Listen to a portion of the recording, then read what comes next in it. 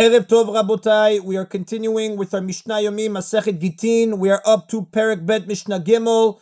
Today's Mishnayot should be Le'ilu Nishmat, Neria ben Svetlana, Ranbai, Eliyahu ben Burcha Israelov, Chana bat Miriam, Sison ben Raya, and Yoshua ben Shifra, Menuchatam beGan Eden, Amen. And Le'avdim ben Chaim Lechaim, v'derefua Shelema, Daniel Shalom ben Rosa, Betoch Shah Cholei Israel. The Mishnah discusses which inks may be used for writing a get. Bakol kotvin, we may write a get with all types of ink. Bidyo, with the black ink used to write a Torah scroll. Besam, with orpiment, a yellow dye.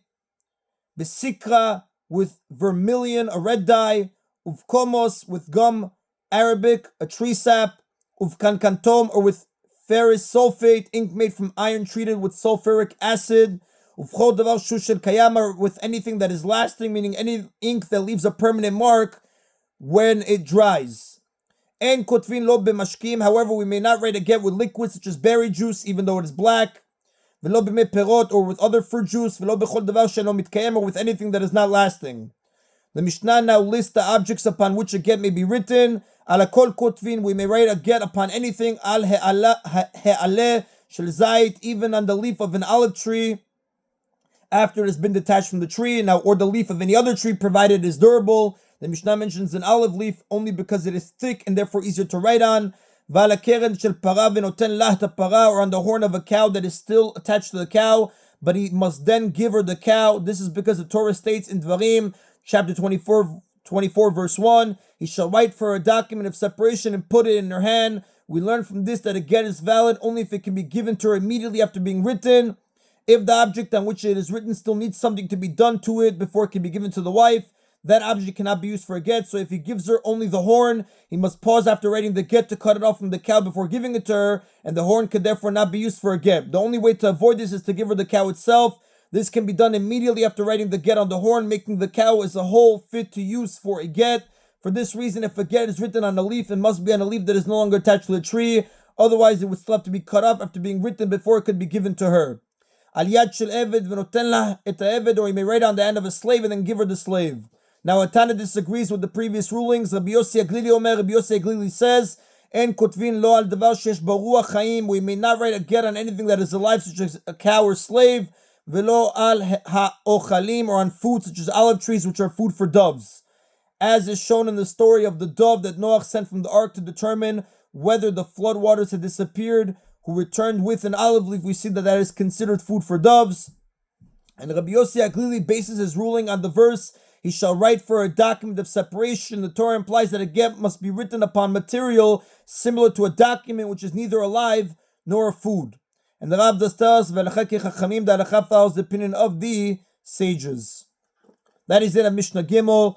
Mishnah Dalet continues with discussing the laws of a get written on something attached to the ground.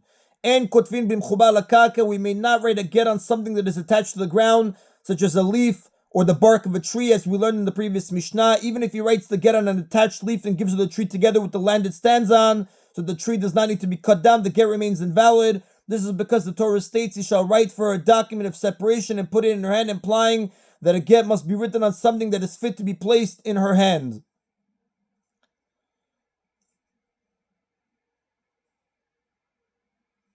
Although no part of the get should be written on something still attached to the ground, if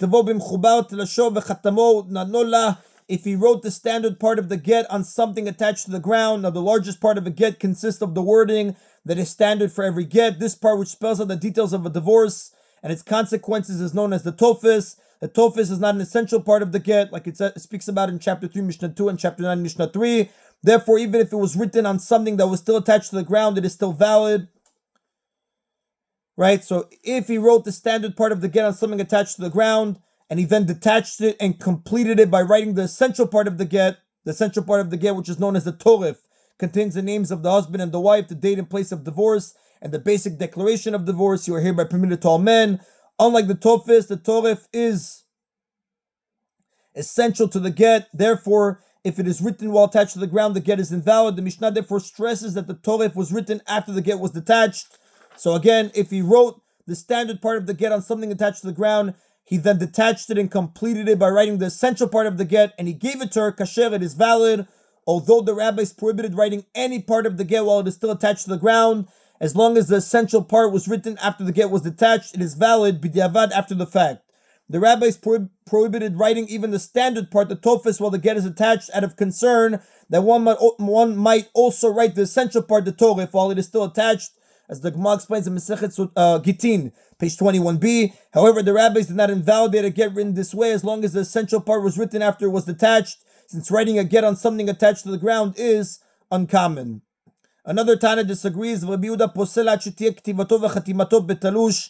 But Rabbi Yehuda invalidates such a get unless the writing of the standard wording of the get and the completion of the essential part of the get are both done when it is detached from the ground. According to Rabbi Yehuda, the rabbis did indeed invalidate a get if any part of it was written while attached to the ground.